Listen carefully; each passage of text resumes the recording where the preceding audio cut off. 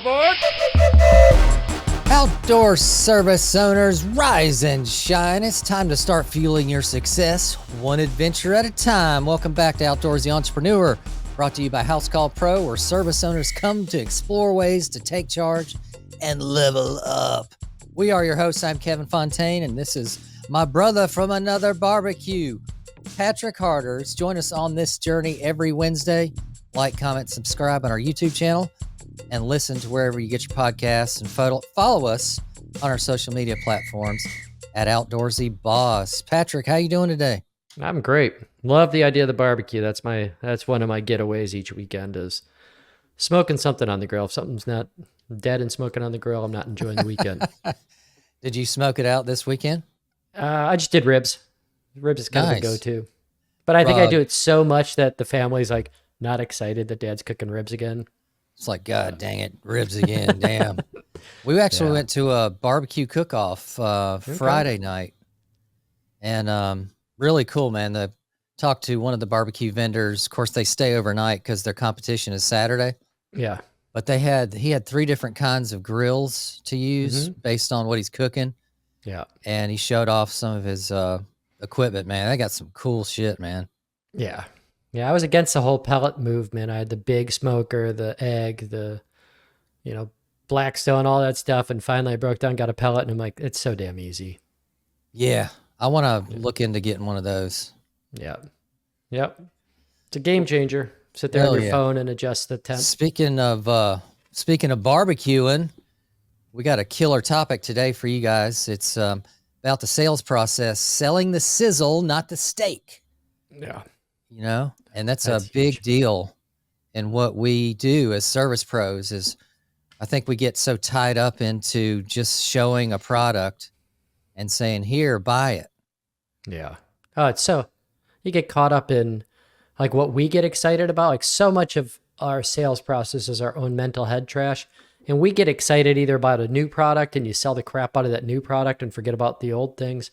Or you get into the features and benefits and you just go into jargon that means nothing to a customer. To them. They're like, what? You said VA, you said Lumen.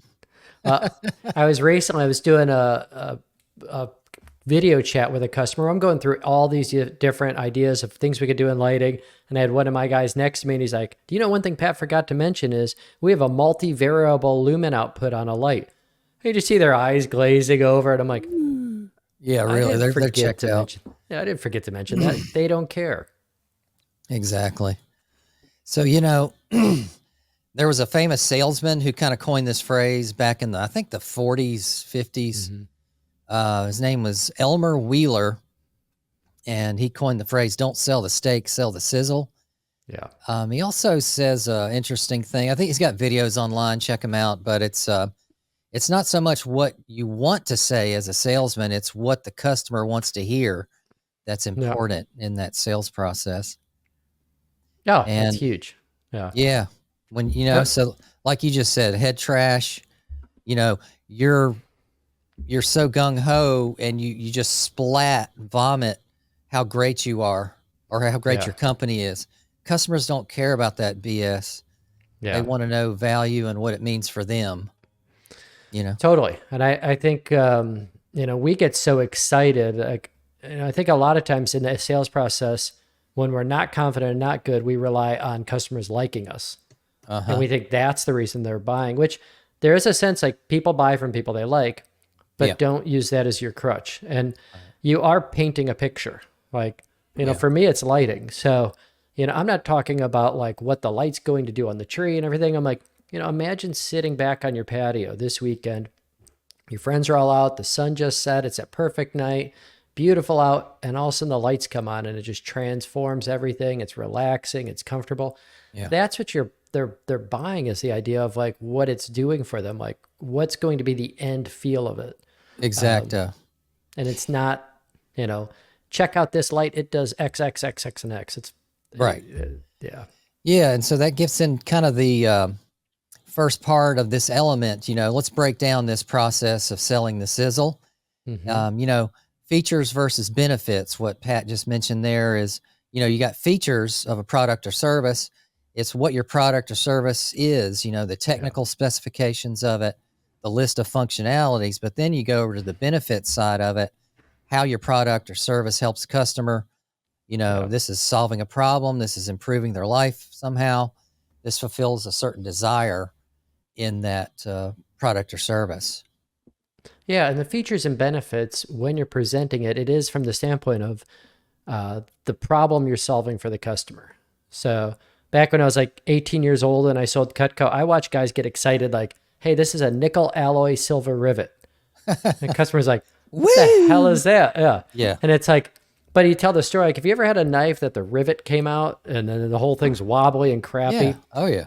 You use the right construction, that doesn't happen. They don't really care what the material's made out of. And we do that in everything we do. Like if you're doing lawn service and you're going to treat the weeds, like you could get all into depth about like what the chemical is and everything else. Yeah. Watch the customer's eyes glaze over, but it's like, hey, if you want to have that perfect green lawn with the lines in it on Friday, this is what we're going to need to do. It's going to be, treating it and taking care of it. So it's like, even your features and benefits have to be done with the standpoint of this is the problem. The reason that I'm going through this is a problem that it's solving. Yeah. Features are great and they certainly should be in your sales presentation, but you got to put in the benefits. That's part of that Sizzle where it's solving a problem. It's improving something in their life, and it goes beyond just factual information about your service or product. It actually brings their life into it and how it benefits them.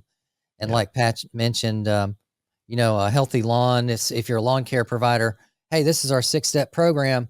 Not only does it, keep your lawn green and fresh and weed free, but it will help you save watering.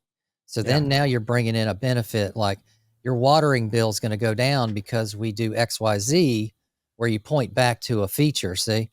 So it's benefit, feature.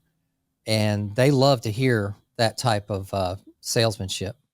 Yeah, that's so important. And really, I think on your presentation, you have to actually prep on your presentation. Like you don't just wing it. We've all done that, but it's like you should have like your main points that you want to get across, and that's what you're doing. But I think the next biggest thing is like knowing your audience. Okay. I remember meeting with like an 80-year-old guy, and I was all excited with the LEDs. I had this product that had a 15-year warranty. So I'm going on and on, like, there's no problems here. He looked at me, he's like, I'm 80 years old. I don't care about a 15-year warranty. Like, I'm not going to be, I'm living in this house 3 more years. That wasn't the selling point. And so, what is the customer looking for? So that's like one of the big questions you ask right at the beginning, like, hey, why am I here? Yeah. Just sit back. Like, what's your vision? What are you thinking? What is it why did you call me today? Exactly. And knowing your audience, like audience members, your client members are all different, so you may have one that's very conscious about shopping pricing. Yeah. They'll always tell you, I'm getting a few bids today and I wanted to call you guys. Yeah. And so you categorize them as the tire kicker. Okay. So your vocabulary to them is going to be totally different than an affluent business pro who was on a referral to you. Now you're going to target and investigate him and find out what he believes in order to make that sale to him. Yeah. And be willing to ask questions. Like the best advice I've heard is if you had $1 million in the bank account, how would you act on the sales process? So if if I have $1 million in the bank account, someone's like, well, I'm going to get 4 bids, the natural question I would ask is like, what are you hoping to get out of that? Like, why are you having 4 people out? Because it's not fun. You have one guy that doesn't show up, one guy that's going to take 2 weeks to get you an estimate. Like, what do you hope to get out of having 4 different people come out? Yeah, what's the reasoning for that? Yeah, it's usually, I don't want to get taken advantage of. I don't know this. So the way I'm going to learn is have 4 different people present and then go from there. Like, then I have some idea of what I'm looking for. There's some validity to that. People that are just now getting into certain said product or service and have no idea. Sure. I mean, but when they built their house, did they get 10 bids for that? Probably not. They walked into a neighborhood and liked it. They saw a product they like or a builder they liked, and they developed that relationship with that one person. So I think our selling advantage is giving them perception and value ahead of time of the sale.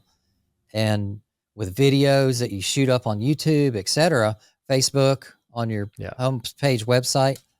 Let them get to know you a little bit beforehand. So already you got that foot in the door, so to speak, before you even get there and talk price and all that shit. Well, and I've done it. I mean, if you've done home improvement, it's like all of a sudden you got to become an expert on what you're doing, because you want to do the job once, and you also want to make sure you're not overpaying. Like if I'm buying a crepe myrtle and it's $900 from one guy and $200 from another guy, like what's the difference? And so I'm trying to educate myself. So on my social media, on the videos I create, I want to provide, if I keep getting questions, I'm writing those down. I'm like, I'm going to have those questions, and I'll even send them to customers before we go out. Like, hey, here's 5 questions you may consider about outdoor lighting or about, whatever service you're doing that most people have. And those are going to be the ones that people are educating themselves on. Hell yeah. And you definitely, and that goes back to that features part. So as we're breaking down our bids, list out all those details of, hey, you get X amount of feet of this, or you get this kind of preparation, or you get so many details I think are missed in these other competitors. They're not going to list as much detail as you. You're going to really provide a nice picture to that customer. So there's no like ifs, that's, and what ifs type situation. So you're very clear in your presentation. Yeah. And on your proposals, you're very clear on that proposal. Like you're writing everything out. There's no questions. And it's just something you say to someone, like, I want to remove all the guesswork out of this because I need this to move smoothly. Yeah. And, it's protecting you. It's protecting me. I want to have everything built into the proposal correctly, and not just like put down on a napkin, like we'll figure it out as we go. Yeah. But planning it all out. That's too informal, especially for higher ticket sales items. And another thing I'll throw in there too, Pat, is knowing your audience also elevates your vocabulary. Forget the tire kickers because they're in a class all by themselves. Their buzzwords are coupons, promos, value. Yeah. That's your buzzwords there. But some buzzwords for the affluent customers who are shopping less, they're investigating you more before they call you. You're going to get into more design, custom, sustainable, energy efficient, elevate your values and vocabulary. That way, anytime you're talking to those clients, which are, by the way, your blue ocean clients that we want you to get. So, and don't get caught up so much in jargon either, because we could all do it. And like, I could sit there and go on, and it's a sign of somebody that's not confident. And, you should have the ability to not only understand exactly what you're trying to get across, but do it at a level that, someone who's brand new and doesn't know about your service understands what you're saying.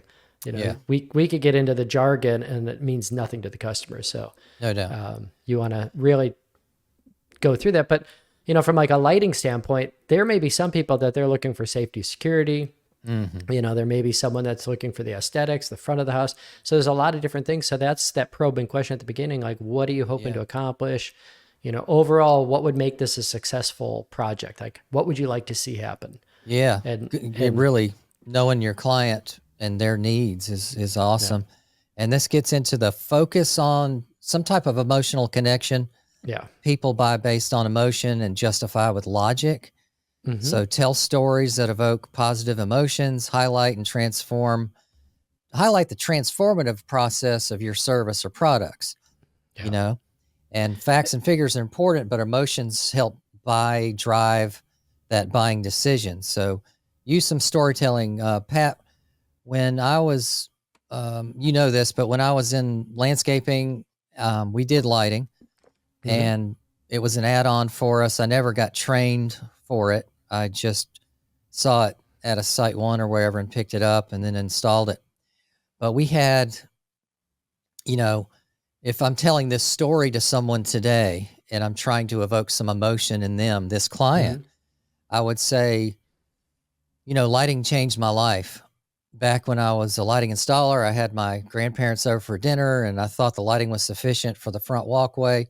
It had this step in the middle of the walkway that was hard to see at night. Apparently my path lighting was a little too far apart, maybe a little too dim, and it cast a little bit of a shadow on some of the steps there. And my grandmother-in-law actually fell and went to the hospital. So that was kind of a close call thing. She was okay with just bruising, but shortly after, that's puts where an end to that party quickly. Well, that was when she was leaving. Yeah. But that's all everybody remembers at the end. They go, remember when grandma fell? Yeah. Who did the lighting? This guy did. He's like, you son of a bitch. Yeah. They hated me for it. But, that's where shortly after, Pat, that's when me and you met, because I researched what is high-end lighting design, et cetera. I found ILI, which is the International Landscape Lighting Institute, and that's where me and you met way back in 17 or 18. Yeah, but that's so powerful, that telling stories. And a lot of times you could tell stories, especially when you get to those hard things, when something that might be an uncomfortable conversation, you could lay it out in a story that people could relate to. Yeah. I have a number of, 50 different stories, but I use storytelling a lot. And I got that from Tom Fennig, who helped train me in lighting sales. But it's everything from my wife one time was at her mom's house, and she reached on a door handle at the garage at night, and there's a little snake on the door. Ugh. And I was like, I've told that story 1,000 times, where the blood curdling scream that she lets out. And I, like, so many women like, I would be done. I wouldn't go outside at night. Yeah. That'll get women to add more lights for sure. Yeah. Yeah. Create that emotional tie in with the customer, pull on their heartstrings, so to speak. Yeah. And what we did was we coined the phrase afterwards, once I learned about proper lighting design, was safe stepping. So now I introduce safe stepping into my vocabulary during the sales meetings. I'm doing everything I can to uplift my process and procedures and product, so I feel like I am the sole provider for them. In other words, I want to separate myself from the competition as much as I can to justify my price. So I tell them about this special thing we adopted, which is called safe stepping, where we really focus in on safety and security around the property and what we're going to do for them. Yeah. And that's got to be built into it. You're going to come up with, like, and it is solving those problems. And a lot of times it's painting that picture so they understand exactly, what you're trying to do. And it's not just like, hey, a light's a light, and I'm just comparing this guy's warranty versus your warranty versus, one light here. It's like, the story of, like, as you age, your eyes actually are more receptive to light. And that's why, like, older people don't like driving at night. And so it's like, if I don't have glare guards on my lights as you come down the steps, that could shine right into your eyes and do the exact opposite of what we were trying to accomplish with lighting. So, those little details where a glare guard's $1, and I'm going to add that into all these. There's no cost to it, but it's the expertise of knowing, like, why you're doing it. Mm-hmm. And, painting a picture of success for the client may be bringing them samples, letting them feel and touch and hold things that you're selling. Yeah. And if you don't have samples, say it's a lawn care plan or something like that, or landscape maintenance, then bring your iPad and show them finished projects unique to their job. Yeah. I'd say that's essential. You need to have your own photographs. Don't take from companies. Right. Get your own projects to say, I did this here, I did that there. And I bring my products, and I bring the most popular products out there. So I'll have, whatever, FX or Kitchler or whatever it is. I'll have a couple others and go, like, here's ones that you typically see in our area. Here's good things about them. I don't talk bad about my competitors. I don't even care about them. Right. I don't talk bad about, other products, but I'll just say, like, this is the issue that we saw, and this is what solved this issue, so you won't have to deal with whatever it's going to be. But letting that customer feel that. If you have something of quality, and I've had customers, like, walk around holding a path light the entire time, and it's like, they just like the feel of it and the heft of it and everything else. So people are very tactile in that sense.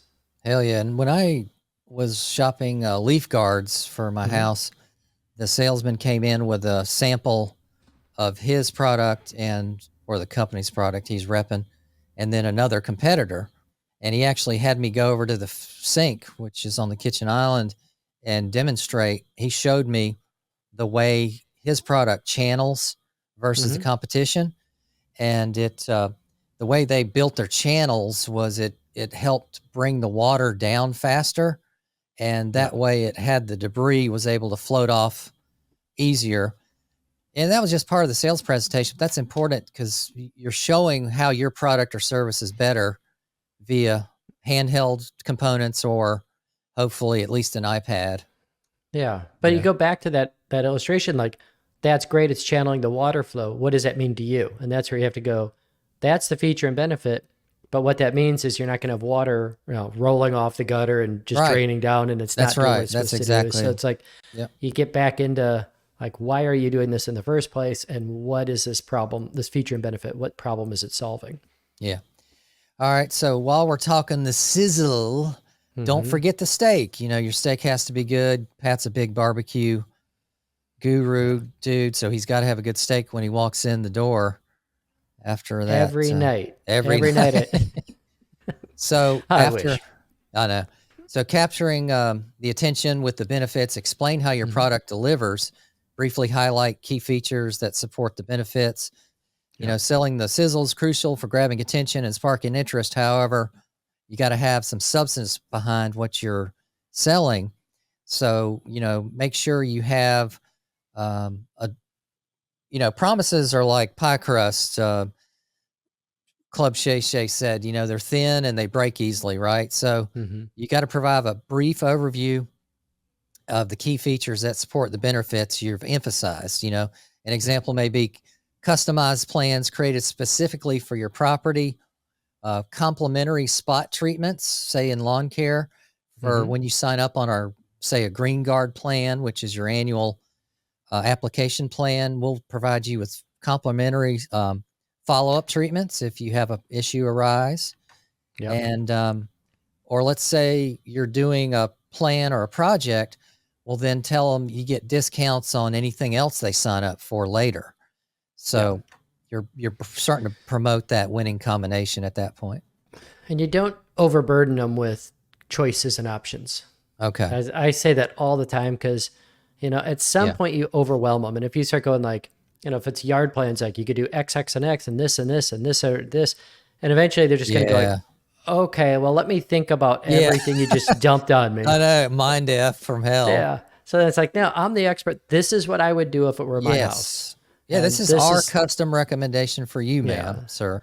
We could adapt it or change it. But that gets into then you need a call to action. So in the sales process, time's not your friend.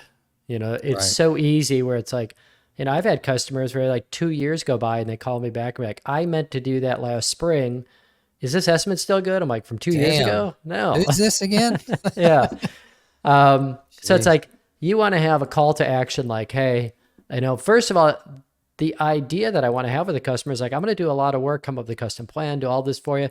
The only thing I'm going to ask from you is like, once we get to the point, if I've given you all the information, you give me a yes or no. I don't really care what it is. Like, I'd love a yes. I'd love to work with you, but if it's no, that's okay. I don't want to spend time chasing you. You don't want to have me calling you, checking in once a week. Like, that's what if you're going to get 3 or 4 bids, like what's the next step? And so having that plan of action. Yeah. And I think getting a no's okay. There's a sales technique, go for the no even, right? Yeah. Because they want a definitive answer right there face to face, because now he can overcome their objections possibly and save the sale, and that's a definite angle there too. And I think, most of us, I'd say are nice guys. And there's always a saying that I go back to with my sales training where I'm like, you always talk to girls that say it's always the jerks that I'm dating. And it's like, it's because the jerks are asking out 10 girls a night where the nice guys are standing on the side of the bar or whatever, not talking to anyone. And just having that ability to just ask for the order, like ask what you want. Like, I would like to go ahead and move forward with this. This would be a lot of fun. Would you want to go for it? Can we go ahead and sign this contract here? Let's get going. Right. But actually asking for it, not just like waiting for them to grab the proposal from you and ask you to sign it. Like, you need to ask, or you're not going to get it. And make it pressing, so to speak. Put a seasonal deadline there. Like, oh gosh, I'm getting booked out. You better sign up because you won't be able to get your job in this season. Yeah. You got to put some kind of call to action, like if it's an incentive discount or a coupon you have, maybe a neighbor referred this person, so you got neighborhood discounts going on. if they act by yada, yada. So, and your best thing is always, we're busy. That's what I just met with a client on Friday. That's what I said, like, hey, right now we're about 10 days out. In 2 weeks, we're going to be a month out. And we're going to work like crazy to keep that down. But I don't want you calling me in a month and saying like, hey, we'll get you in sometime in May. Right. Where right now, if you say yes, I'll get you in maybe next weekend. You'll be sitting back enjoying these lights. But that's Christmas lightings. That taught me a lot. I hated Christmas lighting. But you're just naturally confined where someone calls up like Thanksgiving, like, I want to look at Christmas lighting. Like, great, we're taking orders for next year. We're booked. There you go. And it's like, oh, that's like, an you really got to incredibly start looking in September. Shallow window because they have to order product by damn August or something. But but creating some urgency, like, and it's like for their benefit. Like, imagine I have an opening next Thursday. I could get you in here. You're not like the used car salesman barking around, but like, I have an opening Thursday. I get you in. Friday night you can have your friends over. Right. This is going to be a lot of fun. We were always trained to don't discount your service. Change the service. Change the God dang. What am I looking for? The scope of work. So don't discount your pricing or rates. Just decrease the scope of work. And that's what I always come back to clients who are trying to whittle their way down on my quote, and if instead of like giving away money, if they sign today, put a complimentary service behind the job, like free maintenance plan, free few visits for staining your deck or inspections for termites or whatever. Not termites. That's pretty expensive, but broadleaf type pests. Yeah.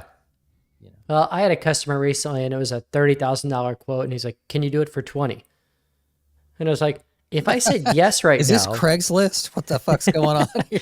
I was like, if I said yes right now and I could do this job for $20,000 and I was trying to get 30 out of you, I'm a dishonest person.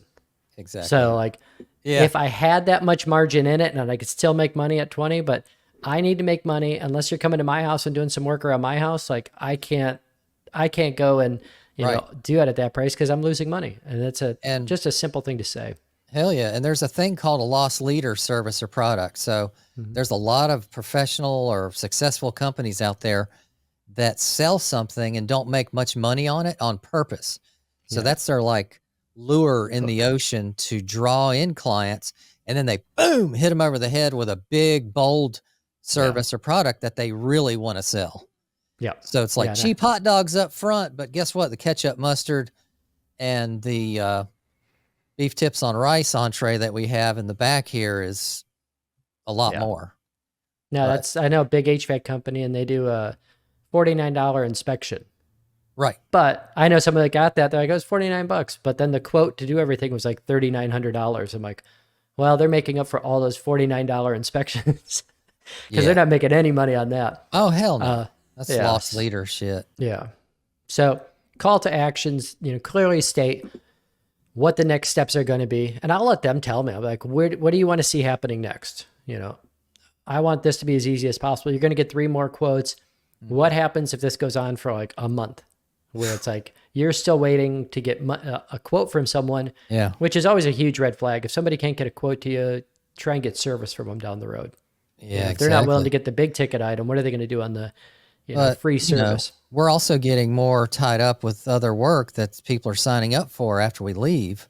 Yeah. So they have to understand, hey, pricing and availability may not be there. Yeah. Yeah, we're limited. And I don't want to be out there every Saturday and Sunday doing installs. So, we need some breaks and everything else just like anybody else. So we hope this helps you guys, sell that sizzle. That's a big part. It's like the horse and pony show you've always heard about. There's a big deal of this value building experience that customers have. And that starts with your website, your social media, how professional you are over the phone. It all starts there. And then at the end, when you're face to face, these sizzling type topics are going to help close the deal for you. And we can't wait for the next episode with you guys. And please comment on some what are your favorite sales tactics and methods that you guys use? And make sure to subscribe to Outdoorsy Entrepreneur Podcast on YouTube and listen to wherever you get your podcasts for sure. And we're going to have new content. We're out every Wednesday. So we can't wait to see you guys in the next podcast episode. See you guys. All aboard!